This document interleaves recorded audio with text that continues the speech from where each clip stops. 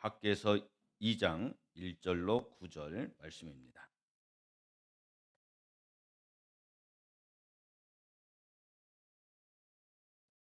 제가 말씀을 봉독해 올리겠습니다. 일곱째 달 곧 그 달 20일 일에 여호와의 말씀이 선지자 학개에게 임하니라. 이르시되 너는 스알디엘의 아들 유다 총독 수룹바벨과 여호사닥의 아들 대제사장 여호수아와 남은 백성에게 말하여 이르라. 너희 가운데에 남아 있는 자 중에서 이 성전의 이전 영광을 본 자가 누구냐? 이제 이것이 너희에게 어떻게 보이느냐? 이것이 너희 눈에 보잘것 없지 아니하냐? 그러나 여호와가 이르노라. 수룹바벨아, 스스로 굳세게 할지어다. 여호사닥의 아들 대제사장 여호수아야, 스스로 굳세게 할지어다. 여호와의 말이니라. 이 땅 모든 백성아, 스스로 굳세게 하여 일할지어다. 내가 너희와 함께 하노라. 만군의 여호와의 말이니라. 너희가 애굽에서 나올 때에 내가 너희와 언약한 말과 나의 영이 계속하여 너희 가운데에 머물러 있나니 너희는 두려워하지 말지어다. 만군의 여호와가 이같이 말하노라.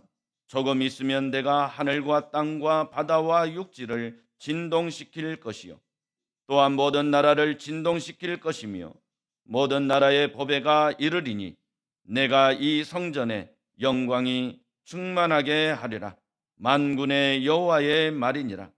은도 내 것이요 금도 내 것이니라. 만군의 여호와의 말이니라. 이 성전의 나중 영광이 이전 영광보다 크리라. 만군의 여호와의 말이니라. 내가 이곳에 평강을 주리라. 만군의 여호와의 말이니라. 아멘. 오늘 우리가 이전의 영광보다 크리라 라는 제목으로 함께 은혜를 나누고자 합니다. 오늘 본문에 대해서 간략하게 소개를 하자면, 하나님께서 이스라엘 백성들에게 무너진 성전을 재건할 수 있는 기회를 허락해 주었습니다. 그런데 이들이 성전을 재건하라고 하는 말을 들었고 재건하려고 하는 생각을 품었습니다. 그런데 일이 진척이 되지 않는 거예요. 그리고 일이 진척이 되었는데 그것으로 인하여서 여러 가지 말들이 무성하게 일어납니다. 잘했느니 못했느니, 왜 이렇게 했느니, 전과 비교하면서 전에는 이랬는데 지금은 이렇게밖에 못했다 등등에 대한 여러 가지 말들이 있어요. 그 일들 때문에 일을 진행한 사람들이 상처를 받습니다. 마음에 어려움을 갖게 되는 거죠. 소위 말하면 시험을 당하게 되는 것입니다. 이런 여러 가지 일들이 발생을 하게 되는 상황이 오늘 학개서에 등장을 하고 있습니다. 하나님께서 이스라엘에게 특별히 수룹바벨과 총독인 수룹바벨과 대제사장인 여호수아와 이스라엘 백성들에게 성전을 재건하라 말씀하신 이유는 단순히 하나의 건물을 지으라라고 하는 그 이상의 의미가 있어요. 성전을 건축하라, 재건하라라고 하는 말은 그들의 무너진 과거를 다시금 세우라라고 하는 이야기입니다. 과거의 잘못으로 인하여서 무너지고 과거의 잘못으로 인하여 절망당하였던 그 모든 것들이 회복되어지기를 원하고 회복을 넘어 부흥으로 나가기를 원하는 하나님의 간절한 마음이 담겨져 있는 일이었어요. 그러기에 단순히 건물을 짓는 것 그 이상의 의미가 있는 것이었죠. 더 나아가 성전을 재건한다라고 하는 것은 당시에 이스라엘 백성들이 성전 중심의 삶을 살아갔기 때문에 이스라엘 공동체라고 하는 그 기반을 하나님께서 다시금 확고하게 세우고자 하는 강한 의지가 담겨져 있는 것이었습니다. 이 일은 하나님에게 중요한 일이었어요. 이 일은 하나님에게 어떠한 것보다도 소중한 일이었습니다. 이스라엘 백성도 중요하게 여겨야 했고 소중하게 여겨야만 하는 일이었던 것이죠. 그런데 앞에서 설명을 잠깐 드렸던 것처럼 세상 만사가 다 그렇지 않듯이 애써서 수고하였습니다. 열심히 노력을 했어요. 그런데 모든 것이 손쉽게 풀려지지는 않습니다. 일이 꼬입니다. 그래서 유브라데 강 건너편에 있던 총독 다뜨네와 스달보스 등등이 합세하여 이야기를 합니다. 도대체 어떠한 이유로, 어떠한 절차에 의해서 이 일을 행했느냐라고 일한 사람들을 향하여 나무라는 거예요. 왜 너희들이 이렇게 했느냐? 왜 무엇의 의도를 가지고 이렇게 했느냐 등등에 대하여 소위 말하면 따지는 것이죠. 이러한 이야기들이 이 한 사람의 이야기로만 끝나는 것이 아니라 소문에 소문을 타고 이 사람 저 사람의 귀에 들어가게 되어집니다. 음행이고 회방임에도 불구하고 이 이야기가 다른 사람들의 귀에 사실로 전달이 되어지는 거죠. 사실로 입력이 되어진 사람들은 아하, 왜 그렇게 했대? 도대체 왜? 어떤 의도로? 왜? 무엇 때문에? 등등으로 그들도 또한 같이 동조를 하게 되는 것이죠. 공동체가 쑥대밭이 되는 거예요. 앞을 향하여 나아가야 되는데 나아가지는 못하고 오히려 제자리 걸음에서 지금까지 해왔던 일들에 대하여 판단하고 비교합니다. 그리고 그것에 대하여 정죄하기 시작을 하는 것이죠. 제가 여러 교회를 이렇게 다니다가 보면 참 하나님께 이렇게 기도를 한 적들이 참 많이 있어요. 하나님 왜요? 하나님 왜요? 참 다행인 것은 우리 새서마음교회는 아직 그런 분들이 안 계셔서 다행이에요. 앞으로도 안 계실 줄로 믿습니다. 그런데 교회마다 꼭 한 사람씩은 있더라고요. 어떤 일에 대하여 사사건건 시비 걸듯이 목사님 어떤 의도로 이런 일을 했습니까? 장로님 왜 이렇게 하셨어요? 왜 이걸 하려고 하십니까? 등등에 대하여 꼬투리를 잡아요. 알면서 꼬투리를 잡으면 그나마도 상대를 하는데 알지도 못하면서 그냥 고집만 피우는 사람들이 있어요. 대책이 없어요. 사명감을 가지고 일을 합니다. 교회 일을 하지 못하게 만들고 공동체를 힘들게 만들고 성도들을 영적으로 병들게 만드는 이상한 은사를 가지고 있는 사람들이 더러 있단 말이죠. 이 당시에 이스라엘 백성들에게도 그런 사람이 있었던 것 같아요.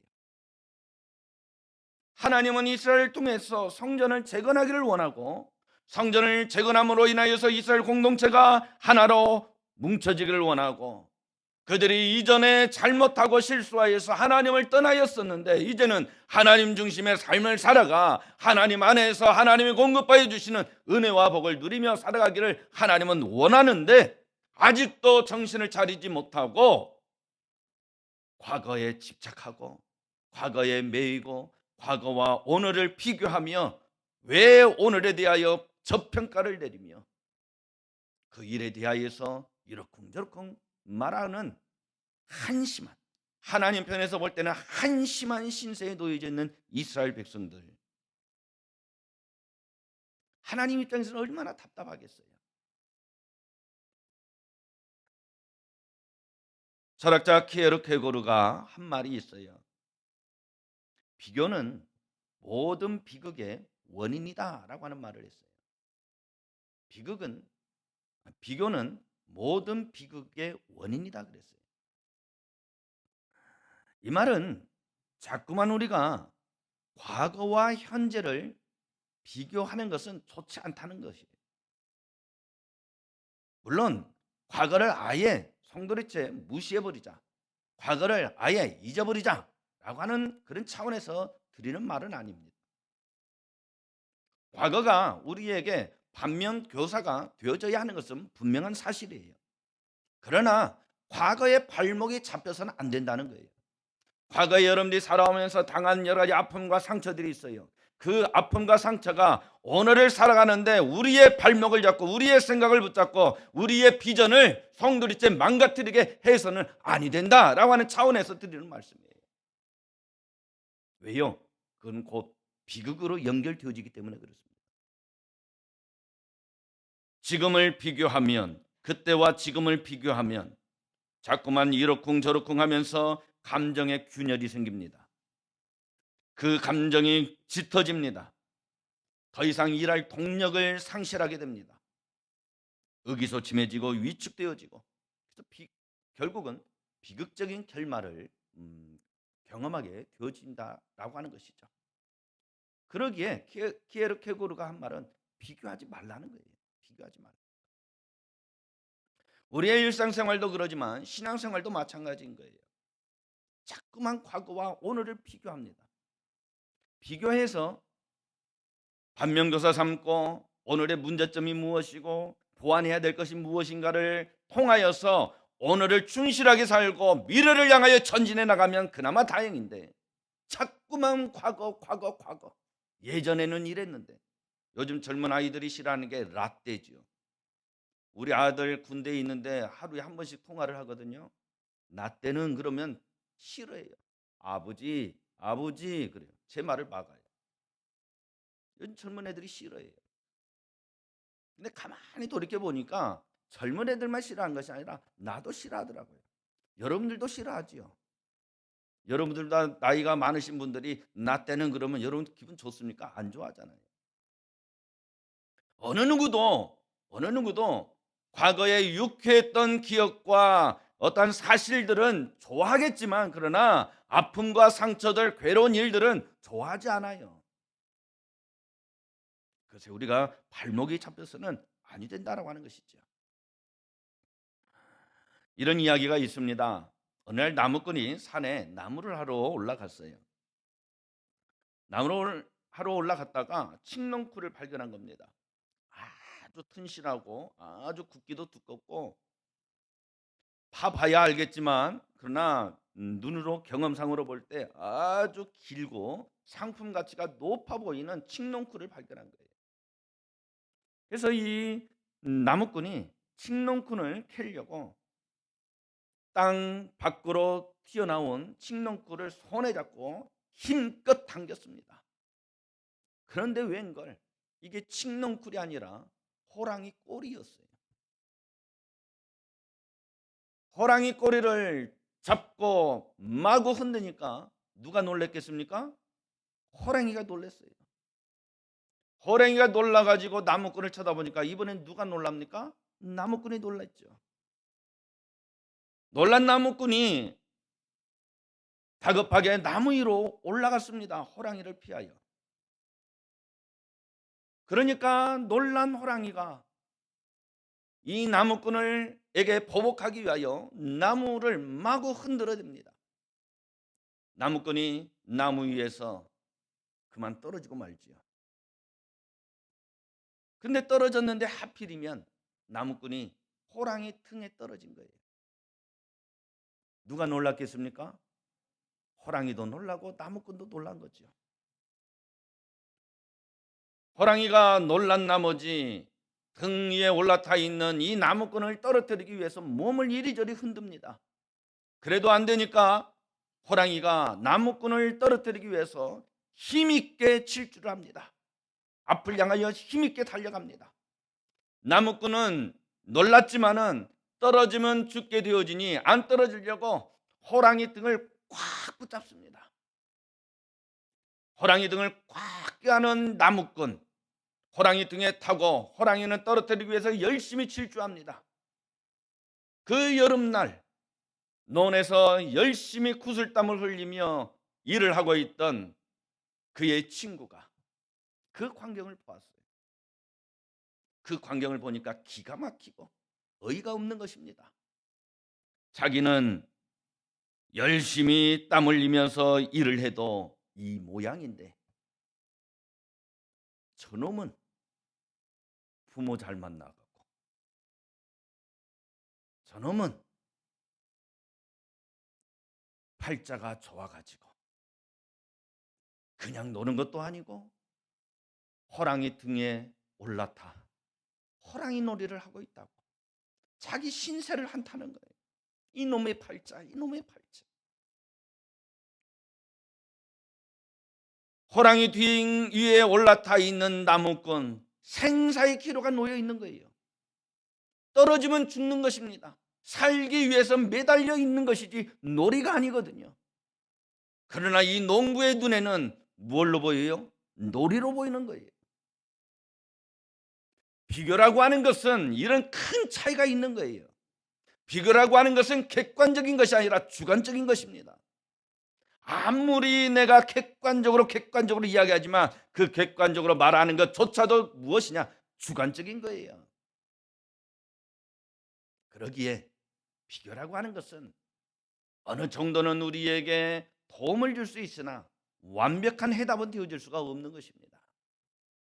비교에 우리가 목매달고 비교에 우리가 온전히 의지를 하게 되어지면 거기에는 우리에게 결코 어려운 일들과 비극적인 결말이 우리에게 올 수 있음에 우리는 비교라고 하는 것을 가까이 하지 말아야 되는 거예요.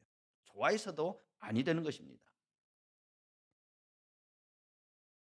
어느 목사님이 하신 말이 기억이 납니다. 어느 목사님이 자기 교회 청년들에게 이렇게 물어봤다고 그래요. 어떤 한 청년에게 물어봤습니다. 너 이제 고등학교 졸업하고 대학에 다니니 참 행복하겠다라고 이야기를 물어봤더니 그 친구가 하는 말이 목사님, 대학에 다니면 뭐 합니까? 대학에 다닌다고 다 행복한 것 아니에요. 제가 다니는 학교는 지방 대학인데요, 뭐 이렇게 이야기를 하더라고요. 목사님이 그래? 하고는 그 친구와 이제 헤어지고 다음에는 서울에 있는 대학에 다니는 친구에게 물어봤대요.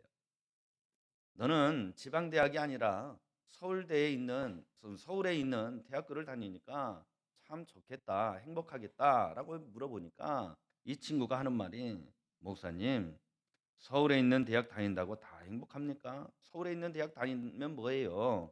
S대도 아닌데 라고 이야기를 하더래요. 그 다음에는 S대를 다니는 친구에게 물어봤답니다. 너는 S대를 다니니까 행복하겠다라고 물어보니까 목사님, S대를 다니면 뭐합니까? 학과가 별로 안 좋은데요. 그래서 이번에는 S대를 다니고 S대 법학과를 다니는 친구에게 물어봤답니다. 너는 S대를 다니고 법학과 좋은 학과를 다니니 참으로 행복하겠다라고 물어봤어요. 그랬더니 이 친구가 하는 말이 목사님, 넘들은 말하기 좋게 S대를 다니고 법학과를 다니니까 참 좋겠다라고 이야기하지만 그런다고 행복합니까? 수석도 아닌데요. 그래. 여러분, 인간에 가지고 있는 비교의식이라고 하는 것은 한이 없어요. 끝이 없습니다. 그 비교라고 하는 것이 우리들에게 행복을 주느냐? 아니에요. 불행입니다. 오늘을 행복하게 살아가는 것이 아니라 오늘을 불행하게 살아가는 거예요. 우리가 신앙생활 가운데서도 마찬가지지요. 자꾸만 비교가 강하면 강할수록 우리에게는 만족이 없고 우리에게는 감사가 사라져 갑니다. 하나님은 우리에게 바라시는 것은 오늘 우리에게 주어진 이 삶을 행복하게 살아가길 원해요. 감사 속에 살아가길 원합니다. 하나님의 은혜를 깨닫고 하나님의 은혜를 경험하고 그 하나님의 은혜 안에서 행복한 삶을 살아가길 원한다고요. 그런데 비교라고 하는 것이 우리에게 들어와 버리면 모든 것이 산산조각 나듯 깨어져 버리고 마는 거예요. 저는 그래서 기도합니다. 우리 세소만교회 모든 성도들이 오늘 이 자리에서 함께 예배드리는 모든 사람들이 비교가 사라질 수 있기를 주님의 이름으로 축복합니다. 비교가 사라짐으로 인하여 여러분에게 있는 불행이 행복으로 바뀌어지기를 주님의 이름으로 축복합니다. 오늘을 살아가며 여러분에게 감사가 있기를 원하고 하나님의 은혜 충만이 있기를 주님의 이름으로 축복합니다. 옆 사람을 한번 보세요. 옆 사람을 보되 비교하며 보지 마세요. 나는 코가 반듯한데 이 사람은 코가 삐뚤어졌네. 이렇게 보지 마시고 그 사람의 장점을 보십시오. 그 사람의 장점, 그 사람의 잘하는 것.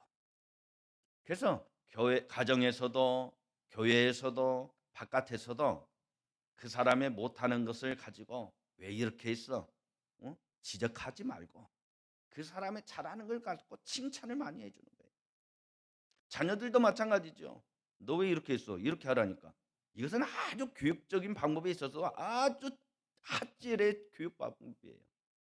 그런다고 고쳐지지 않거든요. 칭찬과 격려가 그에게 심어지면 자라납니다.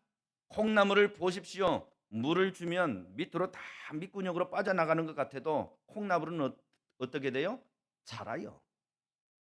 우리 아이들을 위하여서 끊임없이 격려하고 칭찬을 해주면 칭찬은 고래도 춤추게 한다라고 하는 말이 있듯이 밑 빠진 독에 물 붓는 것처럼 아무 영향이 없는 것 같지만 그러나 아이들도 다 생각 주머니가 있어요. 아이들도 다 판단할 줄 아는 능력이 있습니다. 아이들도 다 눈치가 있어요. 다 자라가게 되는 거예요. 하나님은 이런 절망 가운데 있는 어쩌면 이런 어처구니 없는 가운데 처해져 있는 이스라엘 백성들 다시 한번 손을 들어서 내 이놈들 아직도 정신을 차리지 못했구나. 아직도 너희들이 해야 할 일이 무엇인가를 깨닫지 못했구나 하면서 회초리를 들 수도 있을 텐데 하나님은 그렇게 하지 않습니다. 낙심이 되고 절망이 되어지고 일할 동력을 상실해버렸고 그래서 앞을 향하여 나아가기를 주저하고 있는 이 이스라엘 백성들에게 하나님은 다가가셔서 그들에게 위로와 격려의 말씀을 해 주셨어요. 오늘 이 말씀 몇 가지를 제가 여러분들에게 들려주고자 하는 것입니다. 이 말씀을 여러분 잘 기억하여서 여러분이 살아가실 때에 이스라엘 백성들처럼 삶의 위기와 삶의 고단함과 삶의 답답함이 생겨졌을 때 이 말씀으로 힘을 낼 수 있기를 주님의 이름으로 축복합니다. 첫 번째 하나님이 주시는 위로는 스스로 굳세게 할지어다입니다. 스스로 굳세게 할지어다. 오늘 본문 4절 말씀을 함께 보겠습니다. 오늘 본문 4절 말씀 우리 같이 한 목소리로 함께 읽겠습니다. 시작. 그러나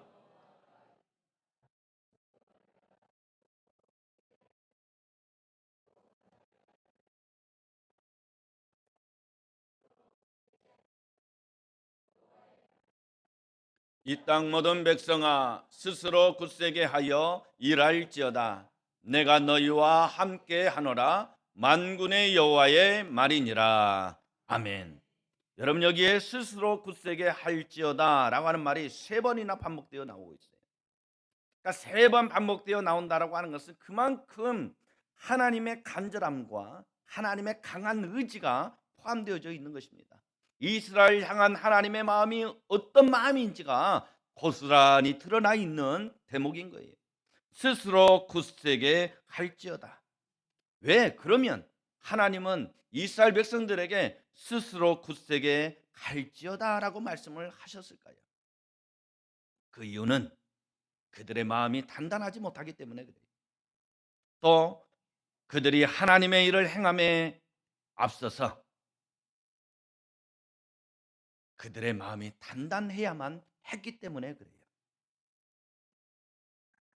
단단하지 못하기 때문에 하나님의 일을 행하지 못하기에 하나님은 이스라엘 백성들에게 첫 번째로 위로하면서 격려하는 말씀이 스스로 굳세게 할지어다라고 말씀하고 있는 것입니다. 마음을 강하게 하라는 거죠.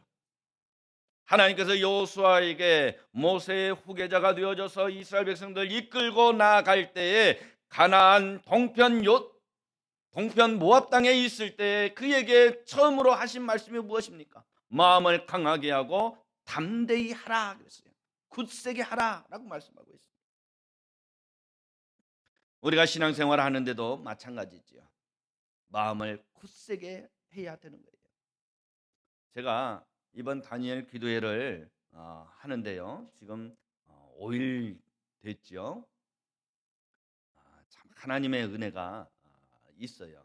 나오시는 분들 있는데 못 나오시는 분들도 함께 참여할 수 있었으면 좋겠어요. 이번 다니엘을 기도회를 하면서 느끼는 것이 많이 있습니다. 여러분들도 똑같은 것을 느끼시는지는 모르겠습니다만은 저는 개인적으로 야, 세상 모든 사람이 다 아픔과 상처가 있구나 라고 하는 것을 깨닫게 되는 거예요. 나만 아픔과 상처를 가지고 살아가는 줄 알았는데 아니더라고요. 다 있어요, 다. 두 번째는 아픔과 상처가 내 것이 큰 줄 알았는데 나보다 더 큰 아픔과 상처를 가지고 있는 사람이 숱하게 많다는 거예요.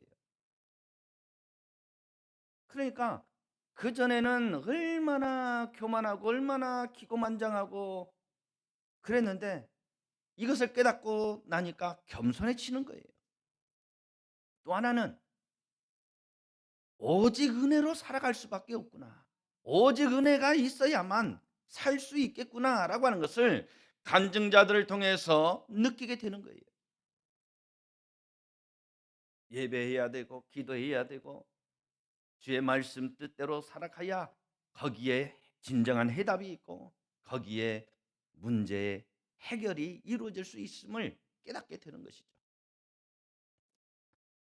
그러면서 제가 느낀 것이 제가 독하지를 못해요. 독하지를. 그러니까 다니엘 괴대를 하면서 출석부를 만들어 놓고 출석 개근을 하신 분들 선물을 주겠습니다. 이것은 제 성격상 여러분들에게 최대한 시간을 내셔서 이 자리에 참석하십시오라고 하는 강한 어필인 거예요. 강한 어필. 다른 목사님들 같으면 막 더 크게 다그쳤겠죠. 그러나 제 성격상 저것은 가장 큰 어필인 거예요. 그런데 어느 날 하나님께서 기도하시는데 너 그런 마음 가지고 있는 것이 너희 성도들을 살리는 줄 알지? 착각하지 마. 네 맘 안 다치려고 그런 것 아니야? 왜 너에게 맡겨준 양을 너의 편리대로 쉽게 대하니? 그들을 가르치니? 그들을 이끄니? 라고 하는 것을 생각나게 하시는 거예요. 하나님 그게 무슨 말입니까? 강하게 이야기하면 성도들이 혹이나 놀랄 수 있고 당황할 수 있고 혹 튕겨나갈까 봐 저는 조심조심하는 건데요. 그래, 너는 그렇게 생각하지. 그러나 결코 그들을 위한 것은 아니야 라고 하는 생각을 주시는 거예요. 그러면 어떻게 할까요? 어떻게 할까요? 하나님이 쉽게 깨닫게 하지를 못하는 거예요. 근데 어느 날 사랑의 교회의 유튜브를 통해서 특별 새벽 기도회를 하는 그 장면을 보면서 예배에 참여를 하고 있는데 순간 제 머릿속에 드는 생각이 야, 사랑의 교회가 어마어마하게 큰 교회 아닙니까? 그 교회가 1년 365일 계속 행사가 끊이지 않는 거예요. 이 행사가 끝나면 또 행사가 있고 이 행사가 끝나면 또 다른 행사가 있고 계속해서 끊이지 않는 거예요. 그 행사를 그 교회를 생각하면서 우리 교회를 나의 목회를 생각해 보니까 너무나 한심한 거죠. 하나님 입장에서. 하나님 앞에 엎드려 회개했습니다. 하나님, 우리 교회 성도들 연령층을 생각하고 구성원들을 생각하고 재정을 생각하고 여러 가지를 고려하고 그래서 일을 조금씩 느슨하게 하고 등등의 여러 가지 것들을 고려한 그 모든 것들이 어떻게 보면 하나님 앞에서 직무유기였음을 이제야 깨달았습니다. 하나님 죄송합니다. 회개했어요. 내 마음이 단단하지 못하기 때문에 생기는 일이었죠. 우리의 신앙생활 가운데 마음이 단단하지 못하면 사람들의 이런저런 말에 휘둘립니다. 사람들의 이런저런 비교에 대하여 마음에 힘듦이 생겨나는 것이죠. 나의 인생 가운데 생겨난 여러 가지 일들 때문에 마음이 단단하지 못하면 무너져 내립니다. 절망과 낙심 가운데 낙담에 처해지게 되는 것이죠. 그래서 하나님은 이스라엘 백성들에게 마음을 굳세게 할지어다라고 말씀하고 있습니다. 두 번째 위로와 격려는 여호와의 말이니라 라고 힘주어 말씀하시면서 하시는 말씀이 은도 내 것이요 금도 내 것이니라 라고 말씀하고 있어요. 은도 내 것이요 금도 내 것이니라 라고 하는 이 말씀은 하나님이 이스라엘 백성들을 향한 아주 강한 사랑의 표현이었습니다. 이것은 무엇이냐면 인간이 육신을 입고 있는데 육신을 입고 있는 인간에게 마음이라고 하는 것이 있습니다. 이 마음이라고 하는 것이 그냥 존재하면 눈에 잘 보이지도 않고 손에 잘 잡히지도 않아요. 근데 이 마음이 행위라고 하는 형식에 담겨져 있으면 눈에 보입니다. 손으로 잡힙니다. 느낄 수 있습니다.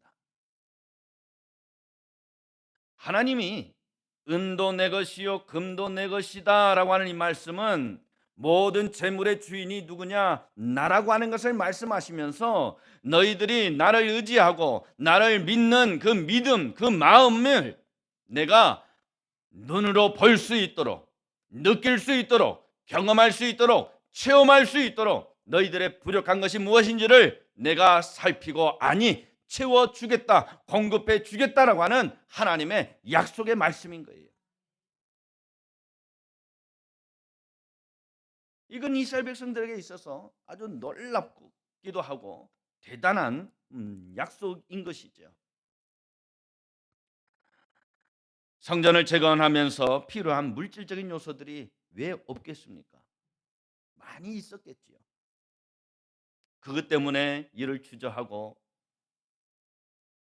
그것 때문에 일을 할지 말지에 대한 고민을 그들도 했겠지요. 그런 이스라엘 백성들에게 하나님이 말씀하시는 것입니다. 세 번째 위로와 격려는 나의 영이 너희 가운데 머물러 있을 것이다 라고 말씀하고 있어요. 여러분 이 말씀은 본문 4절과 연결이 되어지는 말씀인데요. 먼저 본문 5절 말씀을 먼저 함께 보겠습니다. 본문 5절 말씀 함께 읽습니다. 시작. 너희가 애굽에서 나올 때에 나의 영이 계속하여 너희 가운데 머물러 있나니 너희는 두려워하지 말지어다. 아멘. 내가 너희와 언약한 말과 약속한 말이죠. 나의 영이 성령이 계속하여 너희 가운데 머물러 있나니 라고 했어요. 그러니까 나의 영이 머물러 있겠다라고 말씀하죠. 이 말씀이 본문 4절 말씀을 다시 한번 보십시오. 본문 4절 말씀에 보면 그러나 여호와가 이르노라 수르바벨아 스스로 굳세게 할지어다 여호사닥의 아들 대제사장 여호수아야 스스로 굳세게 할지어다 여호와의 말이니라 이 땅 모든 백성아 스스로 굳세게 하여 일할지어다 내가 너희와 함께 하노라 만군의 여호와의 말이니라 했는데 여기에서 스스로 굳세게 할지어다라고 제일 첫 번째로 하나님이 말씀을 하셨어요. 마음을 강하게 하라는 거죠. 마음을 단단하게 먹으라는 거예요. 그런데 이것이 우리가 마음을 먹는다고 해서 쉽게 되어지냐라고 하는 거예요. 쉽게 되어지지 않잖아요. 나는 강한 사람이 되고 싶은데 강하지 못할 때가 많아요. 그래서 하나님이 다시 한번 위로와 격려를 해줍니다. 뭐라고 하십니까? 나의 영이 너희 가운데 머물러 있을 것이다. 그래서 너희로 하여금 굳세게 해줄 것이다. 너희로 하여금 단단한 마음을 가진 자로 만들어 주겠다라고 하는 하나님의 약속의 말씀인 것이죠. 오늘 말씀은 우리가 무엇인가를 진행하다가 막혔을 때, 어이없는 일을 경험할 때, 해답을 찾을 수 없어 막연하게 괴로울 때, 열심히 신앙생활을 하다가 어려움에 처했을 때, 여러 가지 말과 여러 가지 사람들로 인하여서 내 마음이 지치고 위축이 되어졌을 때 하나님께서 우리에게 해주시는 위로와 격려의 말씀인 것입니다. 여러분에게 지금 어떠한 문제로 인하여 여러분의 삶이 막혀 있습니까? 어떤 일이 진척이 안 되고 되면 되고 있습니까? 자꾸만 일을 하는데도 꼬이고 일을 하는데도 자꾸만 불편한 일들이 계속해서 발생되어지고 있습니까? 계속 열심히 하지만 제자리 걸음인 것처럼 느껴지고 그래서 지치고 낙담이 되어지지는 않습니까? 제가 이번 주 한 주간 동안 그랬거든요. 하나님께서 함께 하신다는 것도 알고 믿고 그 믿음을 가지고 일을 하려고 하는데 일이 잘 되지 않는 거예요. 생각처럼 일이 진척이 되지 않는 거예요. 그래서 마음적으로 조금은 지치고 마음적으로는 조금은 상실감이 찾아오는 때에 이 말씀이 저에게 눈에 확 띈 거죠. 그러면서 충전이 되어지고 힘을 갖게 되어진 것입니다. 오늘 말씀은 이스라엘을 향한 하나님의 위로와 격려의 말씀입니다. 그들에게 스스로 굳세게 하라. 은도 내 것이고 금도 내 것이니 걱정하지 말라. 두려워하지 말라. 염려하지 말라. 말씀하고 있습니다. 내가 너희와 영원토록 함께 하시겠다. 임마누엘에 대하여 하나님은 강하게 말씀하시면서 마지막으로 9절 말씀을 이스라엘 백성들에게 하면서 마무리를 하고 있습니다. 9절 말씀입니다. 함께 9절 말씀을 읽겠습니다. 시작. 이 성전의 나중 영광이 이전 영광보다 크리라. 만군의 여호와의 말이니라. 내가 이곳에 평강을 주리라. 만군의 여호와의 말이니라. 아멘. 이 말씀을 여러분들 기억하십시오. 힘들고 어렵고 괴로운 일들이 다가올 때, 막연한 여러 가지 일들이 이루어지지 않음으로 인하여 답답함이 올 때, 앞이 캄캄하여 보이지 않을 때 이 말씀을 기억하십시오. 이전 영광보다 나중 영광을 크게 하실 하나님을 기대하시기 바랍니다.